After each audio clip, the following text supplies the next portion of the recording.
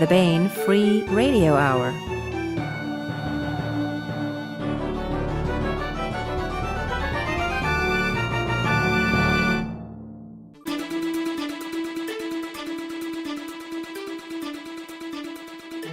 On the podcast, reformers, tyrants, emperors, and economists on a racetrack to hell and high water. A sweet torrent of mass markets and omnibus editions raining from the heavens, and part 32 of our complete audiobook serialization of Larry Correia's Hard Magic. All right now. Welcome to the Baen Free Radio Hour podcast. It's an honor to have you along. I'm Baen editor Tony Daniel. This time we have an interview with Eric Flint, Paula Goodlett, and Gorg Huff. These are the co-authors of 1636, The Viennese Waltz, which is out now in hardcover at booksellers everywhere. This was also the team that brought us New York Times best-selling 1636, The Kremlin Games. Eric, Paula, and Gorg discussed their collaborative process, the novel, and more. We want to remind everyone that our original audio drama Islands, serialized here on the Baen Free Radio Hour, is now available at baenebooks.com. Film quality soundtrack, original music, and a cast of fine actors bring this adaptation of Eric Flint's novella Islands to life. Get it at baenebooks.com. Enter the search term Islands and watch it pop up, along with the John Ringo Black Tide Rising novel, which you should also check out. It's the audio drama Islands, based on Eric Flint's great novella set in the Belisarius series. And we continue with our complete audiobook serialization of Larry Correia's Hard Magic, as read by Bronson Pinchot. First, here's the news.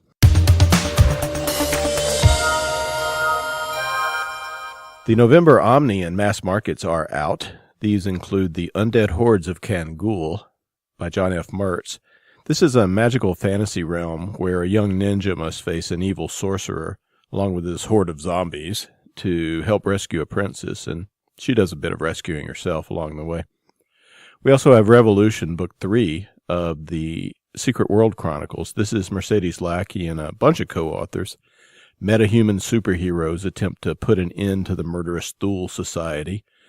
This series began as an adjunct to the author's play on City of Heroes multiplayer online game, and has now blossomed into this full-blown rich saga of its own. And our new Omni edition is Hope Reformed by David Drake, Eric Flint, and S.M. Sterling.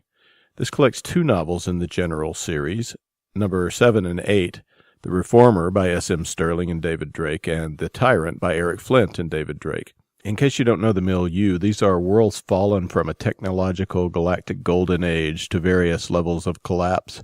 The two novels collected in Hope Reformed take place on the world of Hafferdine, where civilization has fallen back to the level of Rome. On this world, the AIs Center and Raj seek out a hero who will lift this world from its fall and return it to its former greatness, or die trying. In this case, it is Adrian Gellert, philosopher turned adventurer, and ultimately to the leader of a new nation. My own addition to the general series, books 9 and 10, are The Heretic and just out recently The Savior, both by Tony Daniel and David Drake. These are set in a world that has the tech level of ancient Egypt, except they do have muskets, and they also ride dinosaurs, analog dinosaurs. The Undead Hordes of Kangul, Revolution, and Hope Reformed are now available at booksellers everywhere.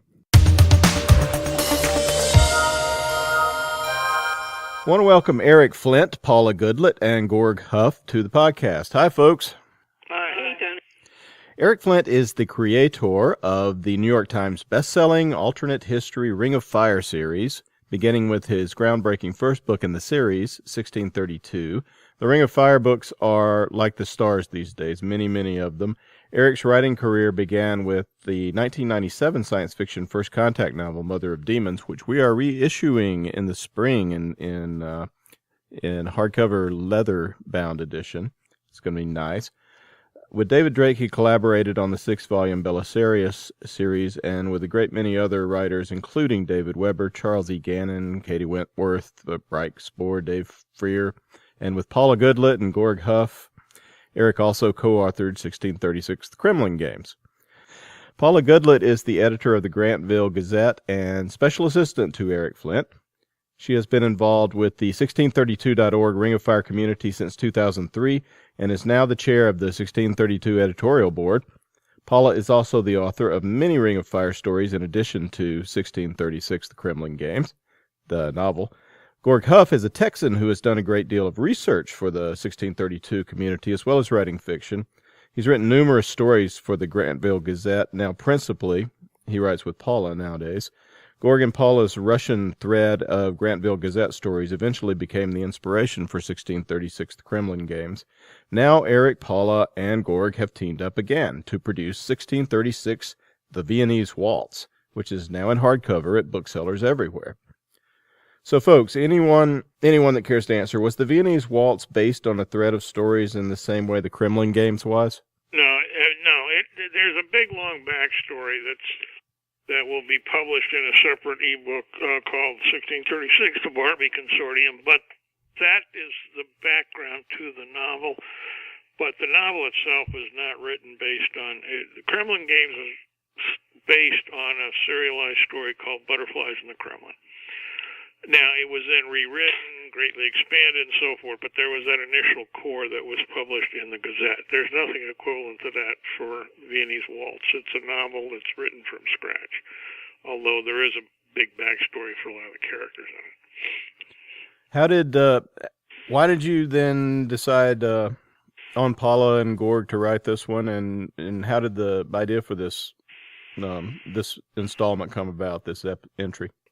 We were going to write the Viennese book first, and we had the contract for that before Kremlin Games. And then that got put on the back burner because of timing issues with the rest of the series. And then Kremlin Games came out, and we finally got back to Viennese Waltz. Aha. Also, Viennese Waltz went through a whole bunch of changes about what it was going to be about in the process of fitting it into the rest of the major story arc. Speaking of that, where is it in the story arc? Where does it occur? We're in 1636, obviously. It's basically...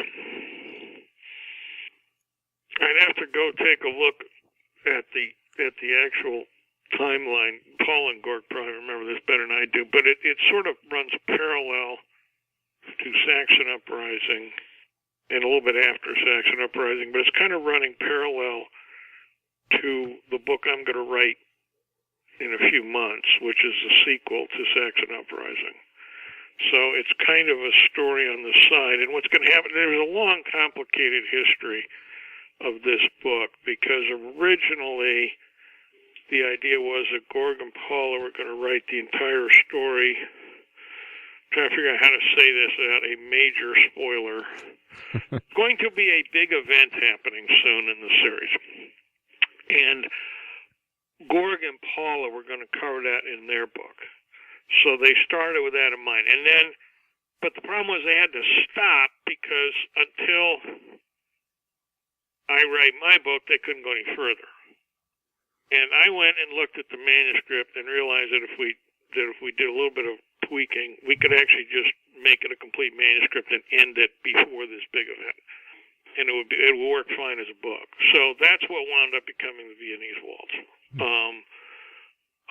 And the reason it got postponed and we did Kremlin Games first is that it's that book, Viennese Waltz, is really tangled up with all the central threads that I normally write. And I wasn't, Paul and Gorg basically working faster than I could get to it. So we put Viennese Waltz, the original version of it, on hold while we did Kremlin Games. Then they went back to it, and then they had to stop, though, and then we revised what it was going to be so we could publish it.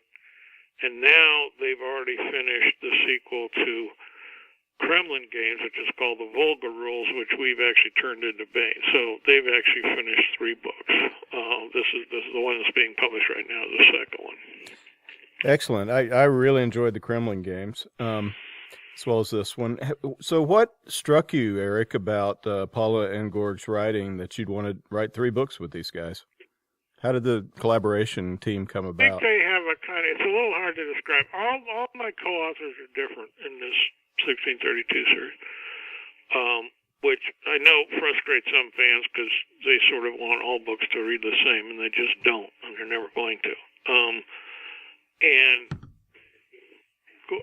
Gorg was the first one got published in the series way back in the first Gazette with a story called The Sewing Circle, which Gorg and Paula, correct me if I'm wrong, but I believe that story is included in the Barbie Consortium ebook. Yes, Am I yes. right? Yeah. Yes, Okay. So that sort of starts the whole. Technically, the characters in that story aren't part of what's technically the Barbie Consortium, but they're all related to each other. The Go ahead. sewing circle that's in the Barbie Consortium has been tweaked to display more of Judy the Barracuda's role. So even going back that far to the original Sewing Circle story, there has been new material added. I just thought I should. Yeah, no, that's important. The Barbie Consortium ebook is not just simply a reissue of stories that have been published. There have been quite a bit of reworking of them, and they're put all together in what amounts to a unitary novel. It's kind of a loose jointed novel, but it is a novel now. And it gives you the backstory to Viennese Waltz. Yeah, Anyway, Gorg was the one who first got published in the series in Gazette 1. And then I believe, Gorg, you had a story in Gazette 2 also, didn't you? Yeah, Poor Little Rich Girls, or it was a sequel, Other People's Money. I don't remember which, but it was a sequel to Sewing Circle. And then Paul and No, it was that one he did on religion. That was in Gazette too. All right. Yeah. And what I'm trying to remember is Paula, was your first story in Ram Rebellion? Well, yeah, because I didn't join you guys until 2003, and by right. that So time, Paula's right. Paula's first story that she wrote, which she wrote on her own, appears in the Ram Rebellion. And then Paula and Gorg started working together. I'm not quite sure how that happened, but they just started writing together. And now they mostly... You guys always work together now, or do you still write stuff separately? I think you're pretty much just working as a team now. Am I right? yeah, I don't write separately. Gorg does, I think, but I don't. And then anyway, they started writing a bunch of stories together. I've always liked their way of storytelling. I think it's a very kind of, I don't know how to describe this, a very relaxed sort of, you might call it artless way of telling a story. It's just very straightforward. And I've always found it really enjoyable to read. And other people do too. I mean, Gremlin Games made a New York Times bestseller list. And plus I also like working with them. Of course, that's true of pretty much all my collaborators, but it's a very relaxed three-way process. We discuss the book ahead of time, and they write the first draft, and that's once they've got a first draft ready is when I come back to it. And then I will do some writing, but not a lot. Mostly what I'm doing is working with them to rework the material, but they're usually doing the writing. I will write some parts of it right at the end. But that's kind of the way we work together. And, it works, and readers like it. So, if it ain't broke, don't fix it. Well, you guys all live a considerable distance from each other. You have met each other in person, haven't you? Oh, you say that. The 1632 series has its own convention that's held every year. We move it around. We have it hosted at some other convention will agree to host it for us. This past year was at Marcon. Next year it's in Raleigh at Contemporale. We've held it. It was held at WorldCon in Chicago in 2012 and DragonCon the year after, the year before. I don't remember which. And we meet every year there, if no other time. We've also all been to Europe together. Way back in 2007, we organized a trip to Germany for those, active participants in the series wanted to go. There was about a dozen of us went, and Gorg and Paula were in that part of that. So yeah, we've met many times. Well, Paula now lives in Florida. She used to live in Oklahoma, and I have not budged. I live in the Chicago area. So yeah, we're pretty far distant, but I have collaborators. Dave Freer is South African now. He lives in Australia, so distance really doesn't matter anymore. Dave is literally on the other side of the world from you. Yeah, literally.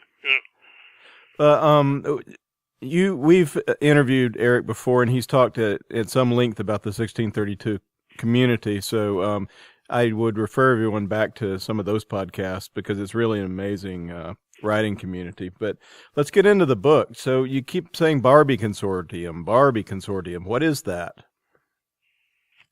After the Ring of Fire, 7 little girls who were the middle school cheerleaders of the middle school in Grantville got together and sold their Barbies after the Ring of Fire and invested in other projects.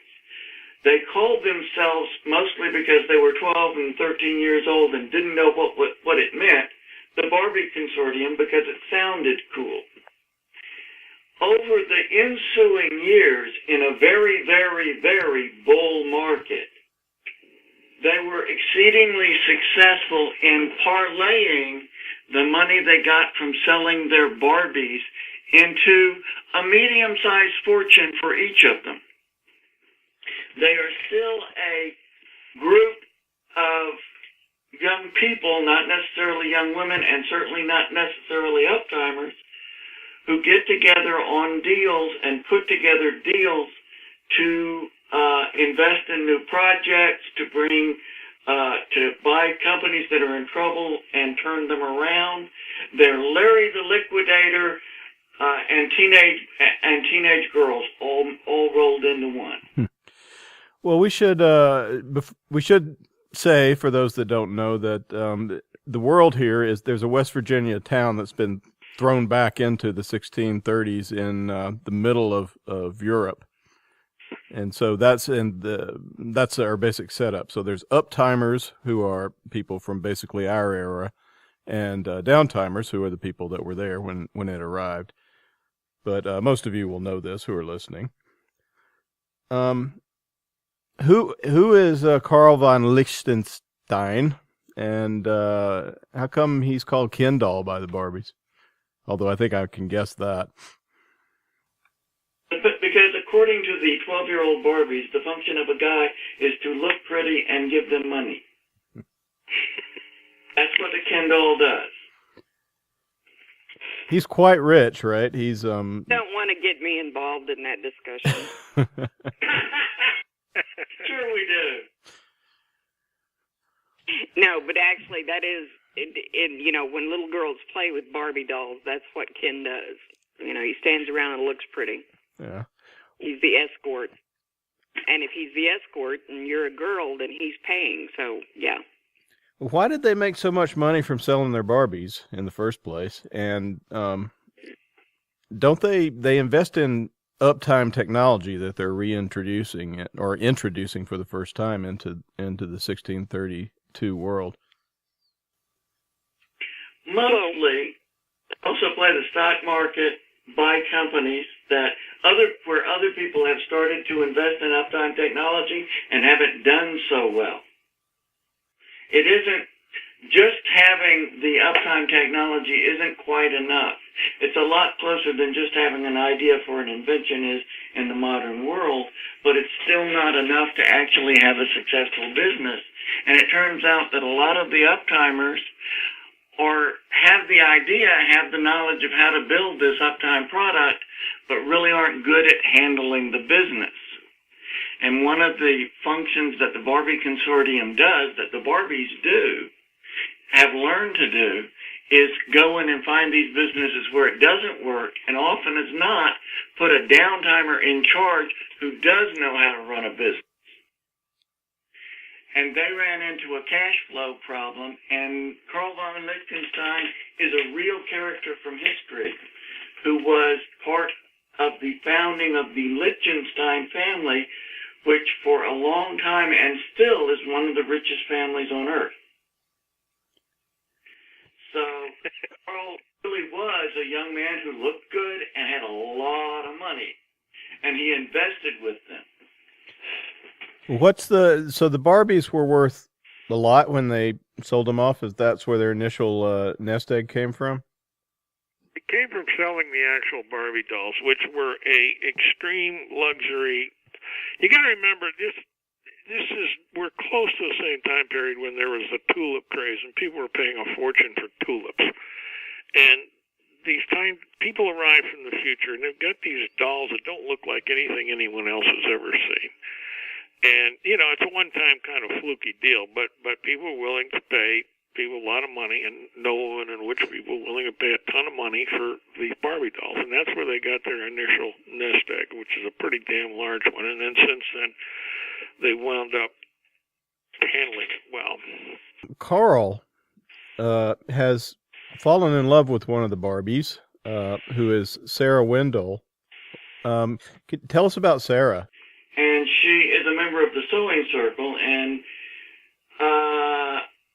basically the Barbies played matchmaker to an extent and helped Carl date Sarah.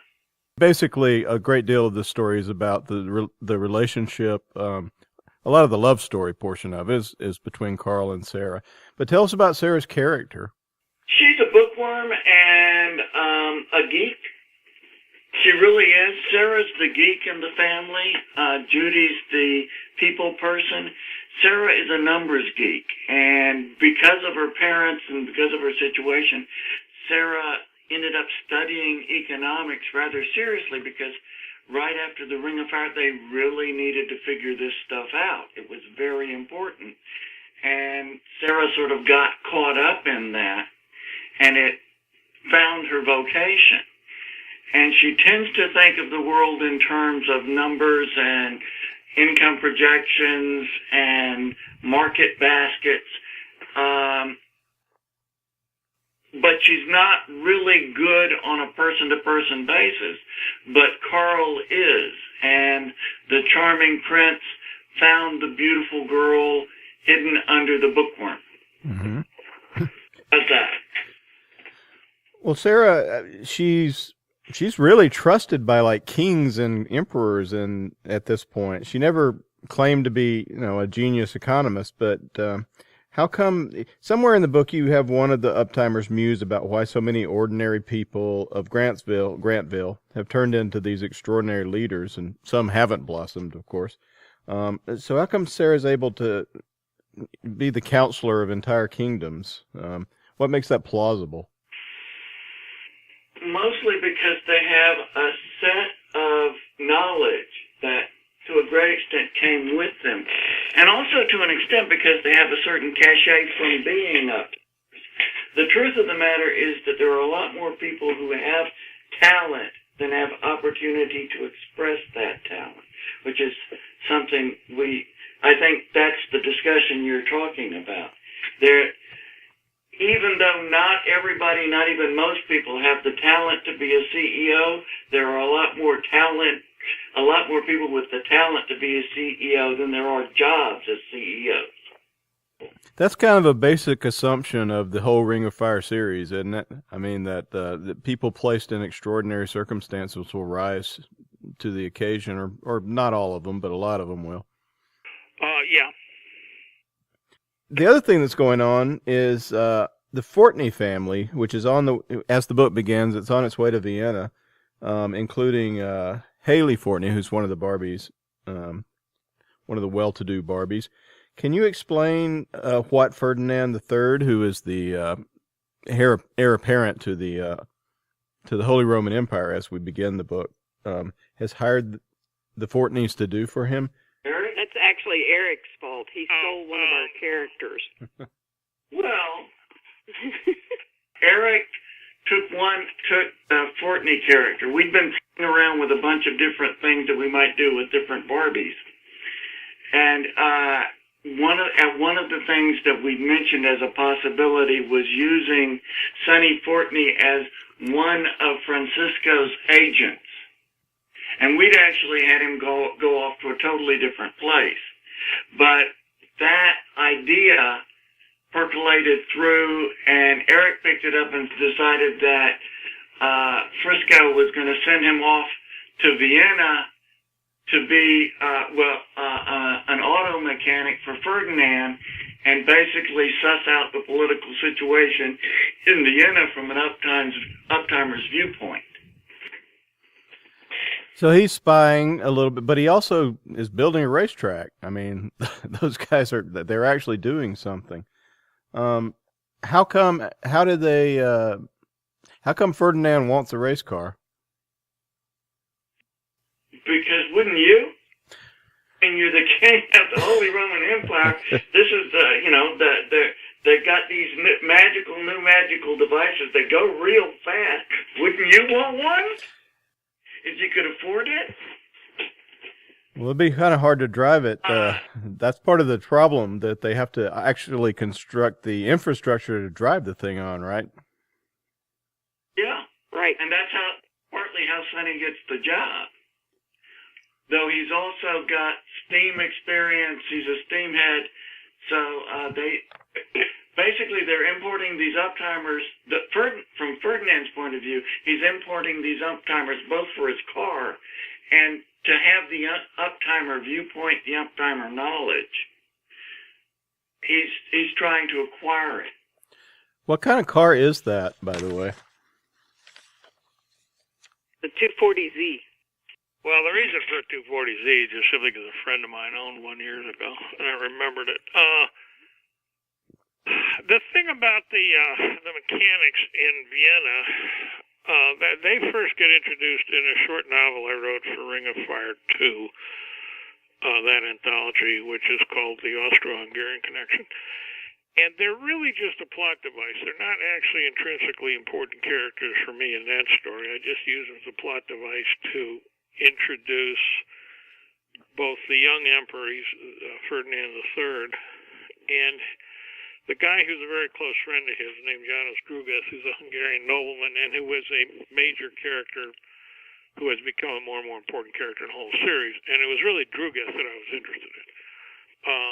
So I don't even remember exactly how or why I came up with the idea of a couple of car mechanics along with a Datsun 240Z going to Vienna. I don't even remember how I came up with it, but I really just did it as a way of hooking into the story. And then, as often happens in a 1632 series, somebody else then comes along, in this case Gorg and Paula, and then pick up on what for me was just a plot device and actually make them much more important characters in another story. So that's basically what happened with that.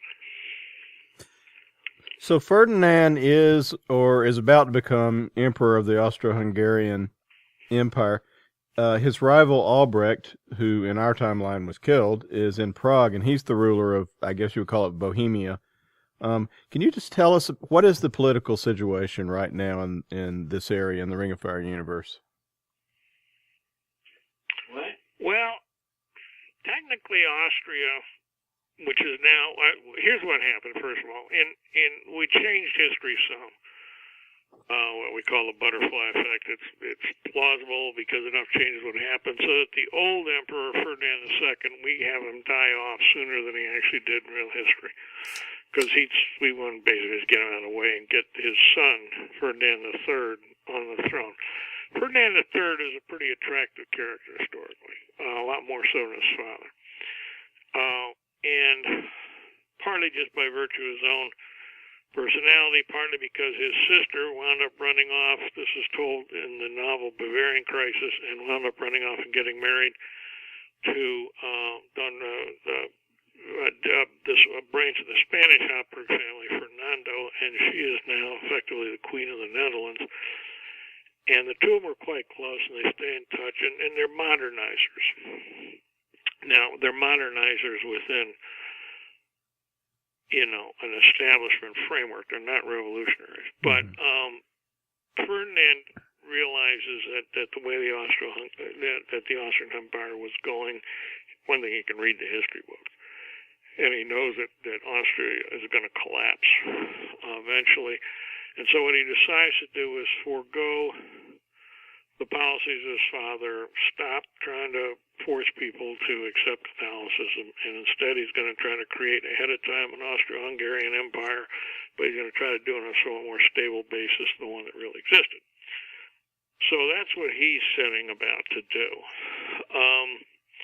Meantime, Wallenstein led a rebellion in Prague, which is recounted in my story, The Wallenstein Gambit, which is a short novel that appears in the first of the Ring of Fire anthologies. And Wallenstein has now created an independent kingdom of Bohemia, which in real history was under the control of the Austrians, but he's broken away and he's set up his own kingdom. Right now, there's technically still a state of war between Bohemia and Austria, but Janos Grugeth in particular keeps trying to get his king to make peace, because what he's really worried about is the Ottoman Turks, because he thinks the Ottoman Turks are going to be attacking Vienna.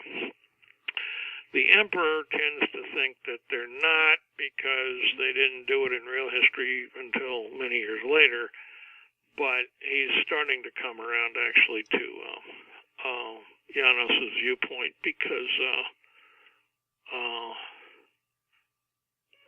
well, there's just evidence piling up that that's what the Ottomans are going to do. So that's basically where things stand right at the moment. So there's this looming possibility of the Muslim. The Ottoman Empire. Yeah, the Ottoman Empire did in fact attack Austria and besiege Vienna in the year 1683. So they actually did do it 50 years later in real history, and it was what kept them from taking the Ottomans tried to take Vienna twice. The first time they did it was under Suleiman the Magnificent in 1525, and then the second time they did it was in 1683. And what defeated them was the King of Poland, Jan Sobieski, led a Polish army down in alliance with Austria, and it was actually the Poles more than anyone else who defeated the Ottomans right outside of Vienna in 1683. Now, all kinds of things are changing in this thing. The role of Poland is going to be real different, for one thing. And we're moving up the... Christ. All right, this is a spoiler, but if people haven't figured this out by now, anybody who's been following a series, they're morons. The Ottomans aren't going to be attacking. The current emperor of the Ottoman Turks is a young man named Murad IV, who was pretty brutal, but he was extremely capable. He was the most capable emperor the Ottomans have had in about a century. In real history, he died pretty young, but I'm not sure it's going to happen in this one. Anyway, that's what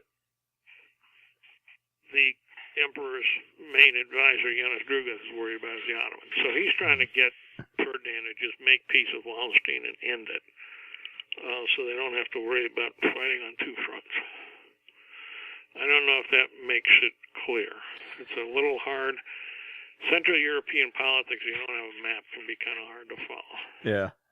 There's a lot of discussion of economics and monetary systems in the book. Now, it keeps from getting dull because we see the consequences of all those different systems in the story, in the action of people's lives. What is the monetary condition of the Austria-Hungarian Empire? How come the Reichthaler isn't worth so much?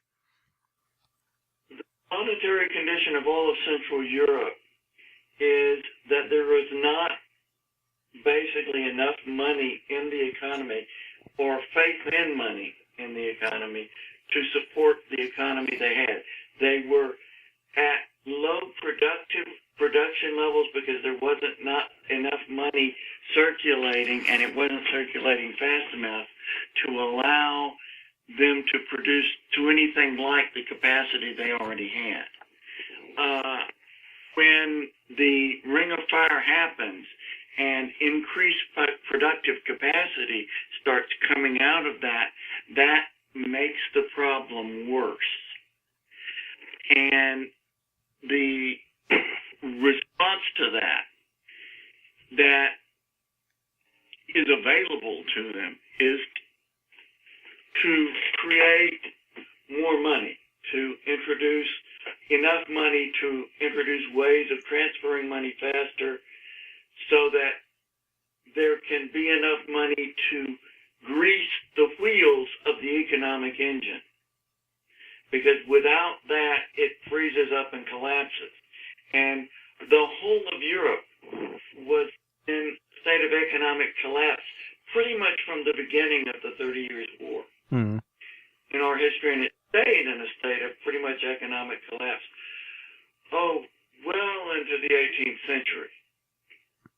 The one that brings that insight to everybody is Sarah Wendell in the story. Yeah. Yeah, Sarah wanted to study the economics because it was important to them and the time. I ended up studying the economics by accident because I had to figure it out for the sewing circle. It's amazing how things come about in this this wonderful collaborative universe of Eric Flint's. Yeah, there are already at least one fan has written a review of this book who groused and complained because it spends time on economics. This has been kind of a characteristic of the whole series. We don't do it very often, but in one or another book, time is going to be spent on things like legal structures. I wrote several pages on tax code in 1633. There's a lot of economics in this book. The book I did with Virginia DeMars, actually both books I've done hers, a whole lot on genealogy and so on and so forth. This is actually real life. And part of what we wanted with this series is to have the texture of it, the density sort of the world that's portrayed be a lot, have a richer tapestry than you usually get. Because in the real world, this stuff actually does matter. And, you can't do too much of it because after a while you will wear out your readers. But we thought we presented this book in a pretty lively and reasonably lighthearted kind of ways. But, there is a lot of economics in this book. It's a reality of the situation, and this is the book where it gets taken up. Yeah. Well, the bad guys in the book are Carl's uncle, I believe, Gundaker. He's got a special problem because he's a banker to Ferdinand. Why does he not like the uptimers? Other than he's just an old stick in the mud. The real Gundaker von Liechtenstein had secret police in his territory to search out heretics, search out and punish heresy. He was not a nice man. Okay? Our Gundaker is probably significantly nicer than the real character. And in terms of, he wasn't stupid. He was a very effective political manipulator and a very effective bureaucrat in Ferdinand's court. But he was of the faction that would rather see a Catholic desert than a Protestant paradise. Yeah, I think he says that somewhere in the book too. He probably does. He doesn't like Baptists very much. Certainly does. Well, there's a great, and we've mentioned it, we've alluded to it. There's this great Carl Sarah love story that is running through the book, and they're gonna perhaps get a morganthic marriage. What is that? What does that mean? Because it's used a lot in the book. A morganic marriage is where one of the partners does not inherit, where the children of the marriage do not inherit one of the titles. So a morganic marriage of the Queen of England might produce children, but those children wouldn't be the next Queen of England or the next King of England. A morganic marriage between the king of Austria-Hungary, and somebody else might produce heirs, but children, and those children might be very well off, but they wouldn't be the king of Austria, but they wouldn't inherit the crown of Austria-Hungary. A morganic marriage is one where you don't get the crown, where the kids don't get the crown. Is it? It actually figured. By the way, the term is morganatic marriage. Morganatic. It figured prominently in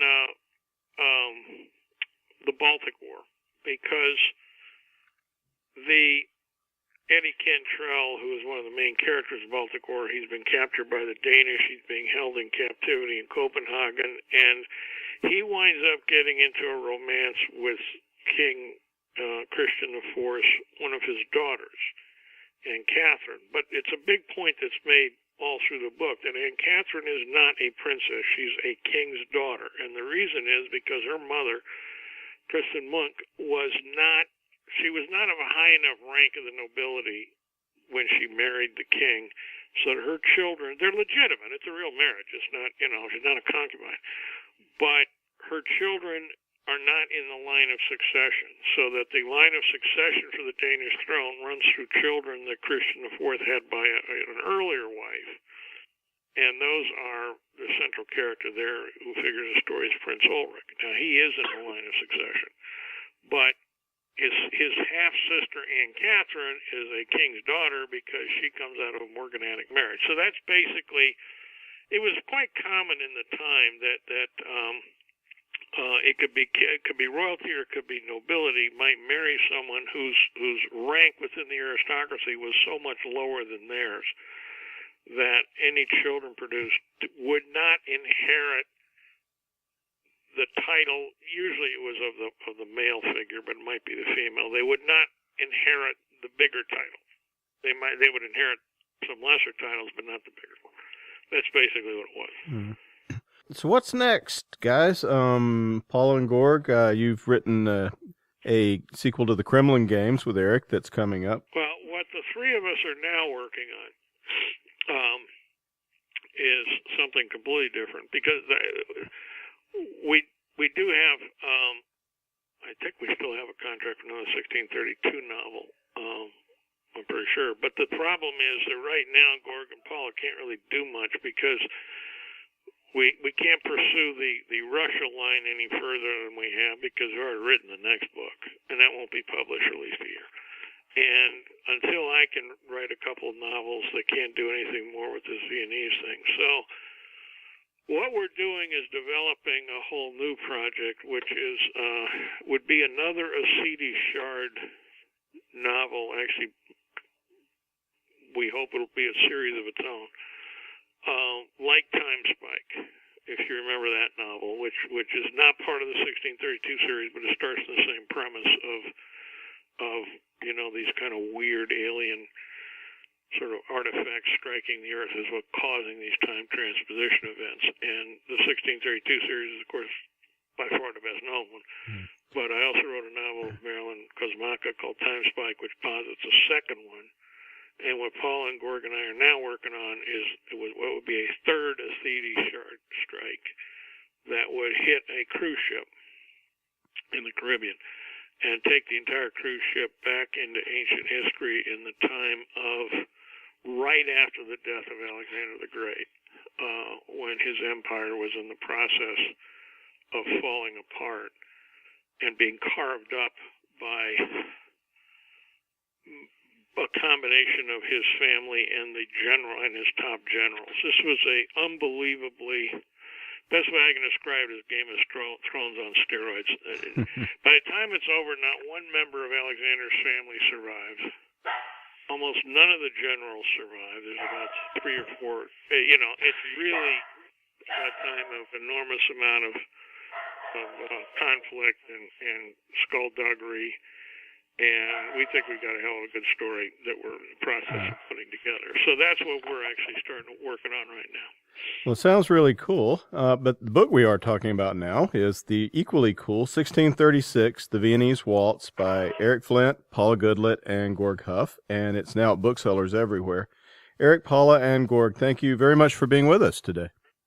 Thanks, Tony. Thanks, Connie.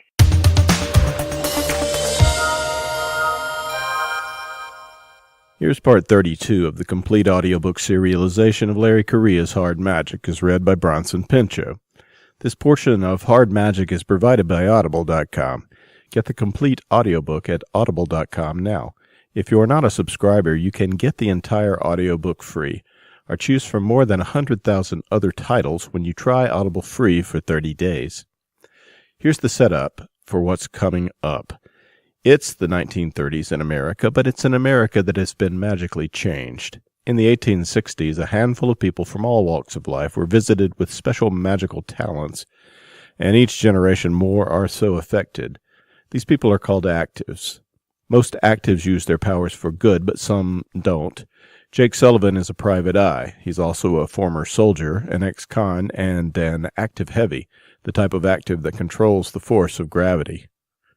Jake has been recruited by a mysterious secret organization of actives dedicated to seeing humanity through a possible magic-based apocalypse.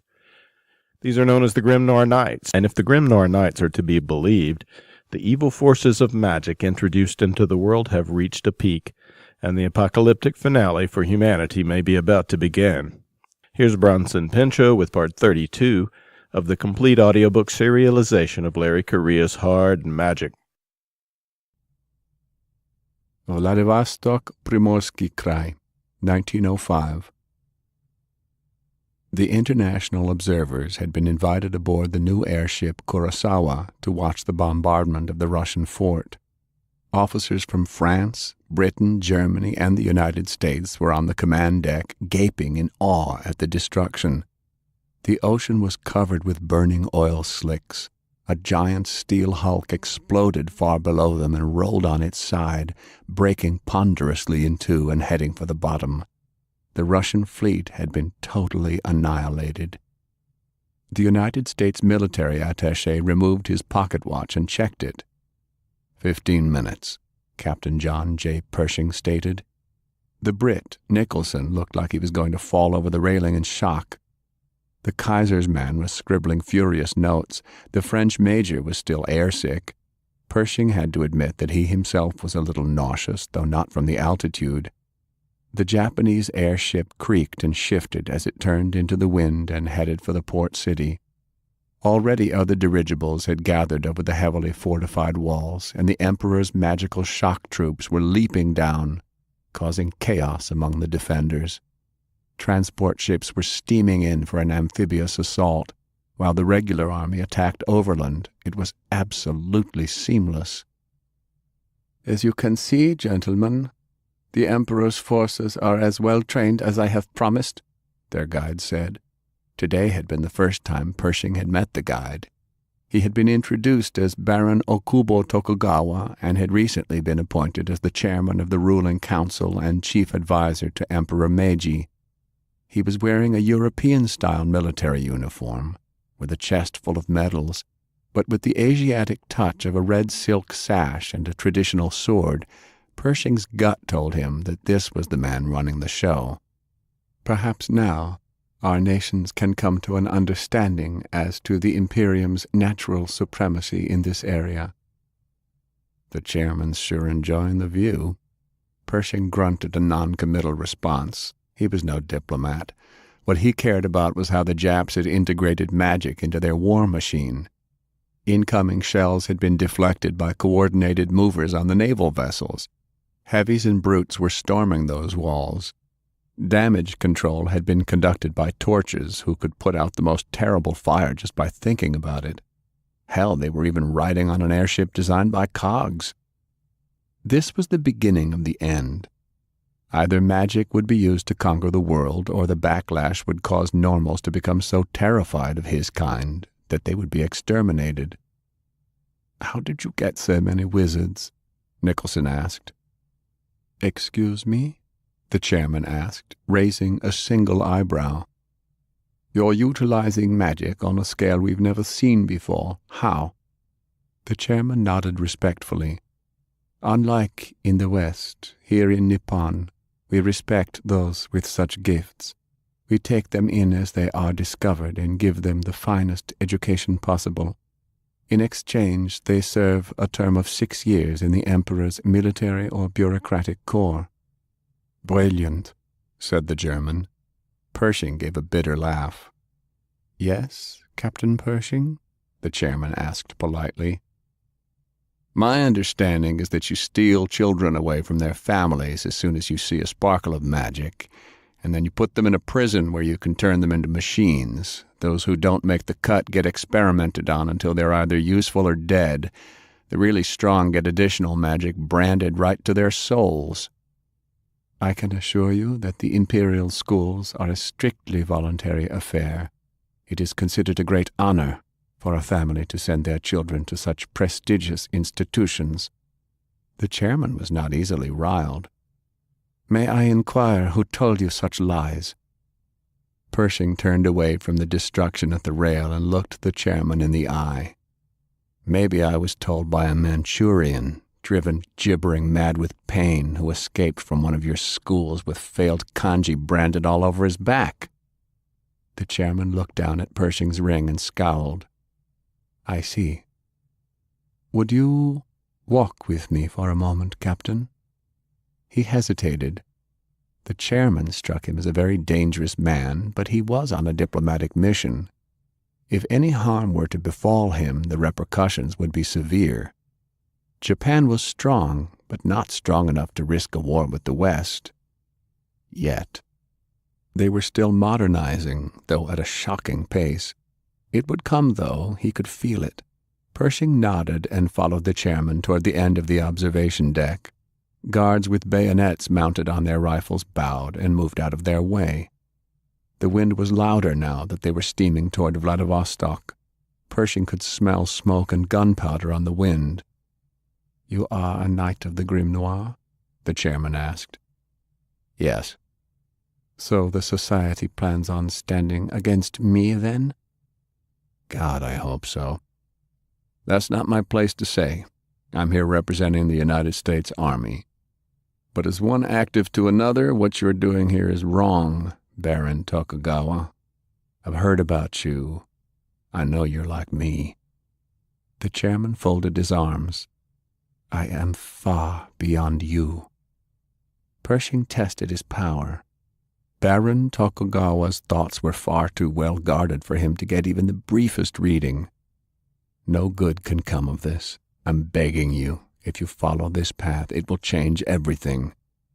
Splendid. He smiled for the first time. Pershing knew it was the smile of a predator. The time for change has come. Tell your society, if they want a war, they will surely have one. New York City, New York, 1908. The last iron guard stood at the end of the brick tunnel. Fetid water dripped down the walls and had flooded the bottom foot of the narrow space. The Imperium man balled his hands into fists, and they burst into blue flames. The water striking him turned instantly into steam and began to boil around his legs. You will not pass, the iron guard shouted in Japanese. Glory to the Emperor! Glory to the chairman! 10 yards. Pershing leaned back against the damp wall and peered around the corner as he shoved more shells into his Winchester 94. He worked the lever and chambered another round. Time was running out. The same geotel that had destroyed a 1,000-mile swath of Siberia in one stroke was now targeted here and was due to fire any second. They had to get past that iron guard. They'd already killed 3 of the bastards, but lost half a dozen Grim Noir in the process.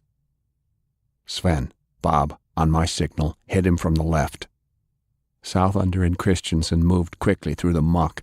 Browning was still reloading his pump shotgun. John and I will throw down some covering fire. Bill, you rush him. The brute, Jones, just nodded his head vigorously, his courage surely fortified with alcohol. What about me? Traveling Joe asked as the little man squatted behind him. Once he's distracted, you get that device and break it, no matter what. He muttered something in Portuguese and disappeared. The famous cog, Nikola Tesla, had given them the information about his invention. The Imperium had tricked him into building it, and had kidnapped his pigeon to keep him quiet. It drew the power itself up from the core of the earth and spiked it on the surface, drawn to a complicated targeting spell. They did not know where the design was drawn, but they'd been able to intercept the Iron Guards before they could flee with the device from Wardenclyffe Laboratories, but rather than give it up, they'd decided to destroy themselves along with it in suicidal fire. The single test firing of the Geotel had managed to wipe out the entire Cossack army, and now it would slag the east coast of the United States of America. Not if I can help it. Now! Pershing and Browning leapt into the tunnel and opened fire. The gunshots were devastatingly loud in the enclosed space. The bullets and buckshot struck, sending the Iron Guard staggering back, but his body was laced with kanji of durability and vitality. He raised one hand and blue fire erupted down the tunnel. Pershing dove into the foul water to avoid certain death. He was hugging the bottom when the telepathic message from the surface arrived. Blue light growing in the sky. We've only got seconds left. Hurry. Working on it, Isaiah. When he broke the surface, Browning was at his side, shrugging out of his burning coat and holding a shotgun with a wood stock scorched from the heat. The Iron Guard was distracted by Southander's rapid gunfire as the other Grim Noir flanked him. The Iron Guard moved toward them, hurling fire, but jerked as the water around his legs was frozen into a solid block by Christensen. The Iron Guard lowered his hands, blasting fire into the ice to free himself. Pershing had once been the best shot in the army and showed it as he snapped the Winchester to his shoulder, lined up the front sight, and drilled the distracted Iron Guard in one eye.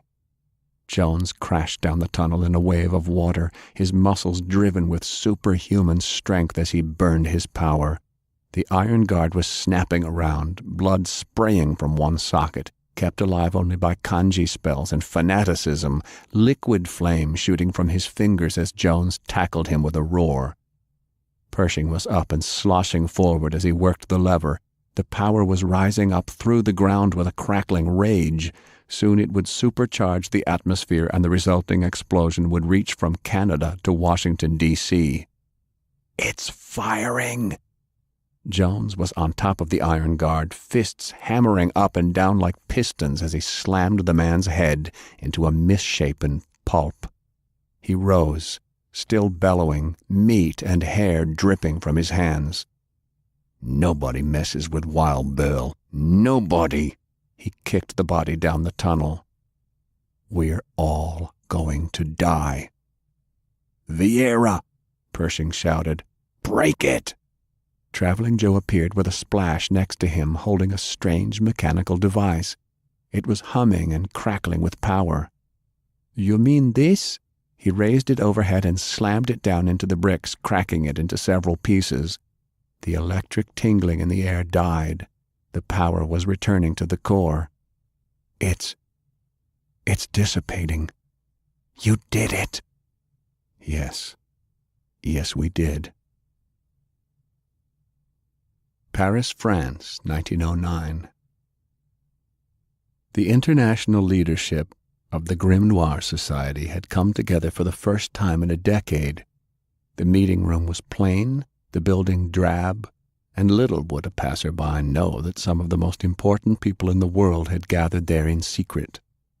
General Pershing, we are honored to have you as the newest member of the international leadership. Your bravery has saved the lives of thousands. He hadn't come all this way just to get his ego stroked. What about my proposal? As commander of the American members of the Grim Noir Society, you are aware of the mighty challenges that face us. I'm afraid that we cannot honor your request at this time. Pershing pushed away from the table and stood. Respectfully, I think you're wrong. We need to recruit more people, not just actives, but anyone who has the courage to stand against the Imperium. The chairman is our greatest threat. The time to strike is now. The longer we wait, the stronger he becomes. We need to build an army and take the fight to him. We need more knights. There's strength in numbers. There is more strength in secrecy, one of the younger Europeans said, his English rough, his pronunciation stilted. War is brewing here, and I fear that our kind will be drawn into both sides. The Kaiser is already building active units. I, for one, fear our own government more than I fear the Japanese. Then you're a fool, Pershing snapped. There was a collective gasp. The Kaiser is a Barnum clown compared to the chairman. He's no mere politician. He's a force. The Geotel events have been blamed on meteorites, but we all know what they really were. No one in the American government believed him, but these people should understand. They had to. What if it had been your country that was about to be evaporated? Then I would still listen to the knowledge of my elders. The European looked at the three men at the head of the table for confirmation. The elders deliberated quietly amongst themselves for a moment, before the one in the middle finally spoke. Our strategy remains the same for now. We will contain the Imperium, but we will not risk an open battle. Secrecy is paramount. General Pershing, you will protect the Geotel device in the event that we ever, God help us, grow desperate enough to use it, but I do not ever foresee the need to use a weapon so terrible that its firing would be felt through the very fabric of all worlds. You will report the location only to the Grimoire elders in the case that something should befall you. You're all making a terrible mistake. Pershing stormed from the room in disgust. Mar Pacifica, California, 1932. Sullivan pulled his hand away as dozens of memories flooded into his mind all at once.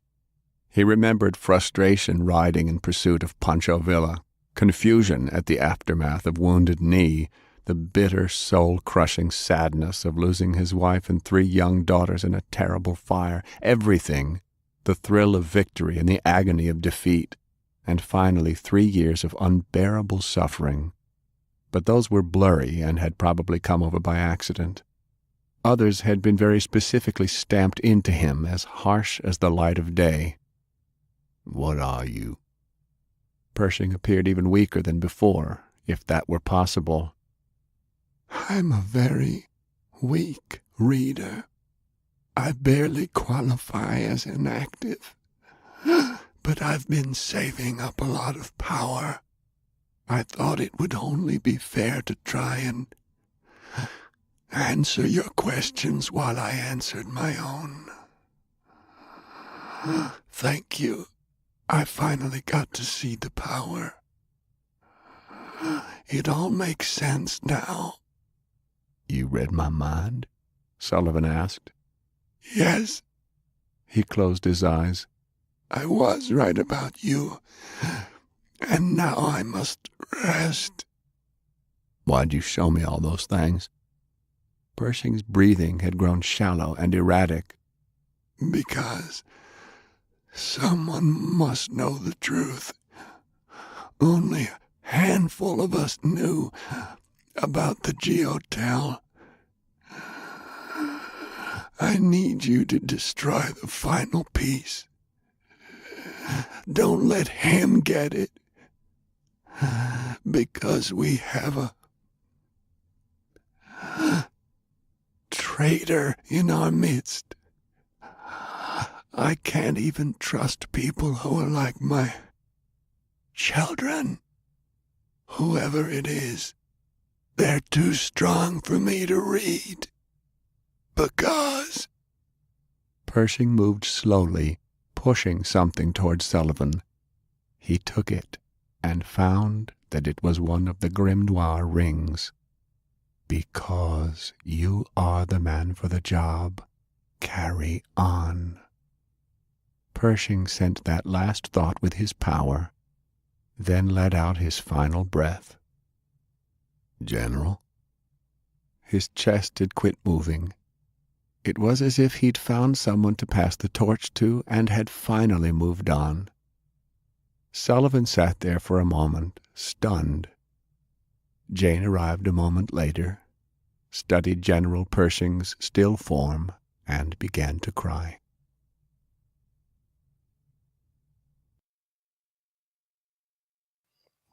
That was part 32 of the complete audiobook serialization of Hard Magic by Larry Correia, as read by Bronson Pinchot. And that's it for the podcast. Thanks to Audible.com and to podcast theme composer Ruth Judkowitz.